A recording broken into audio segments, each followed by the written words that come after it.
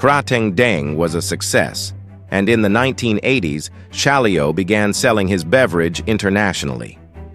During a business trip to Thailand in 1982, Austrian salesman Dietrich Mateschitz discovered Krateng Deng and was amazed by its jet lag-eliminating properties. Dietrich, born in 1944, had a career in sales and marketing. During a visit to Hong Kong, he read that Lipavatten was Japan's greatest taxpayer. Realizing the potential, he quit his job and partnered with Chaleo. They each invested $500,000 and founded Red Bull in 1984. Innovation often faces resistance. When preparing to launch Red Bull, trial groups disliked the taste, and market research was discouraging. Many said Red Bull would fail, but Dietrich trusted his instincts. The next 3 years were spent adapting the drink for Western tastes and refining the marketing strategy. Dietrich carbonated the drink and changed the packaging to a slim silver can. Red Bull was released in 1987, selling 1.2 million cans by 1988. It became the first energy drink to win over consumers from east to west, appealing to office workers and students alike. Red Bull's success is largely due to their innovative marketing strategy. Dietrich, who loved extreme sports, made this the focus of their marketing. By embracing adrenaline sports, they positioned Red Bull as more than just a drink. It was a lifestyle. From Formula One to snowboarding, Red Bull became omnipresent at extreme sports events. They also created their own events, like the Red Bull Flug Tag competitions, where people create human-powered flying machines. These marketing techniques were unique at the time, and their bravery paid off. When Chaleo passed away in 2012, he was Thailand's third richest person. Dietrich is currently Austria's richest man, with a fortune of $13.4 billion. Red Bull faced a lawsuit in 2014 over misleading caffeine content claims, but this didn't stop their success. Today, it's the best-selling energy drink worldwide. Dietrich owns 49% of the company, Chaleo's family owns 49%, and his eldest son owns 2%. Red Bull continues to thrive by doubling down on their marketing techniques and sponsoring numerous events. For over 4 decades, they've set milestones in marketing and branding, becoming a blueprint for innovative startups. What part of the story did you find most remarkable? Which business lesson do you think made the biggest difference in Red Bull's success? Share your thoughts in the comments. Red Bull gives you wing.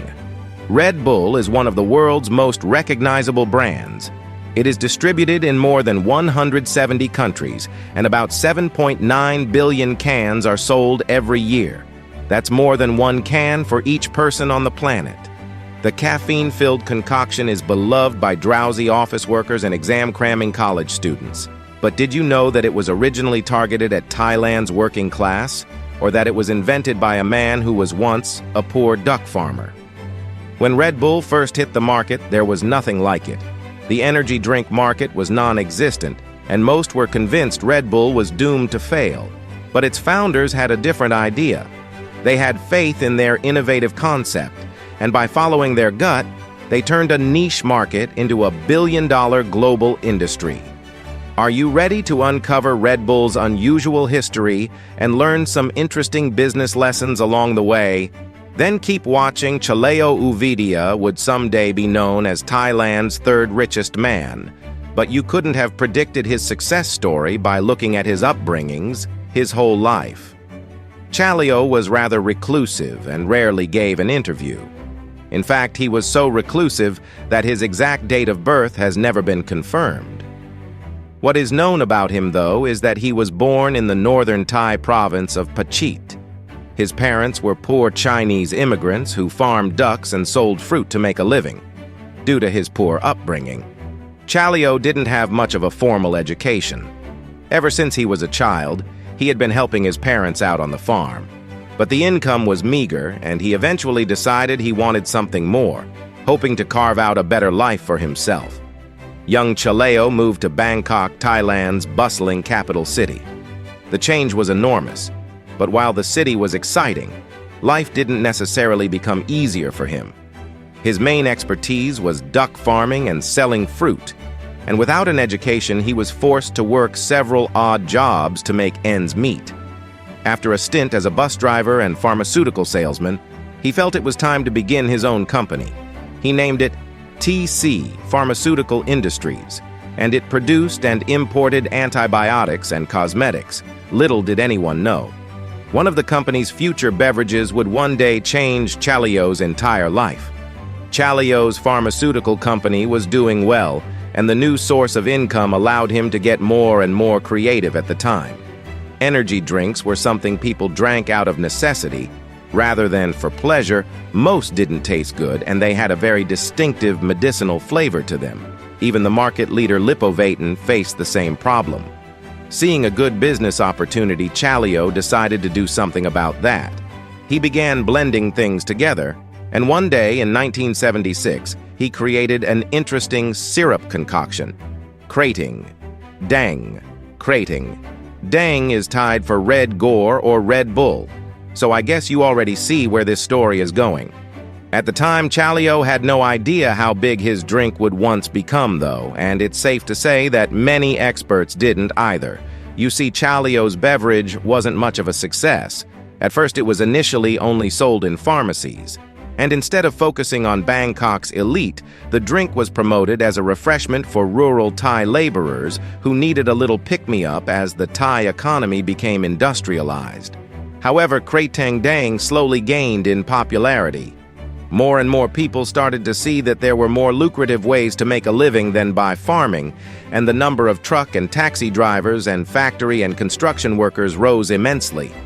Chalio had always pitched his beverage as a stimulant which improved speed endurance and concentration, and that was exactly what exhausted day laborers and weary long-haul truckers needed. The working class loved the beverage, and within a few years, Krating Dang became the top-selling energy drink in the country. According to Chalio's second eldest son, Sarah Voot, Krating Dang set itself apart from its competitors by targeting blue-collar workers outside Bangkok. My father stressed on brand-building, a marketing strategy that had not been widely employed. Up to that time, he pushed into the provincial market first and gained a foothold by distributing free samples to truck drivers. Krating Dang's working-class image was further boosted by sponsorship of Thai boxing matches by displaying the logo with the two Red Bulls. At these events, Chalio aimed to create a lasting association between his drink and Thailand's beloved sport, and of course the logo itself was also well thought out. The two charging bulls represent power, the red signifies perseverance, and the backdrop of the sun symbolizes energy. But would a nifty logo and high-profile sponsorships be enough?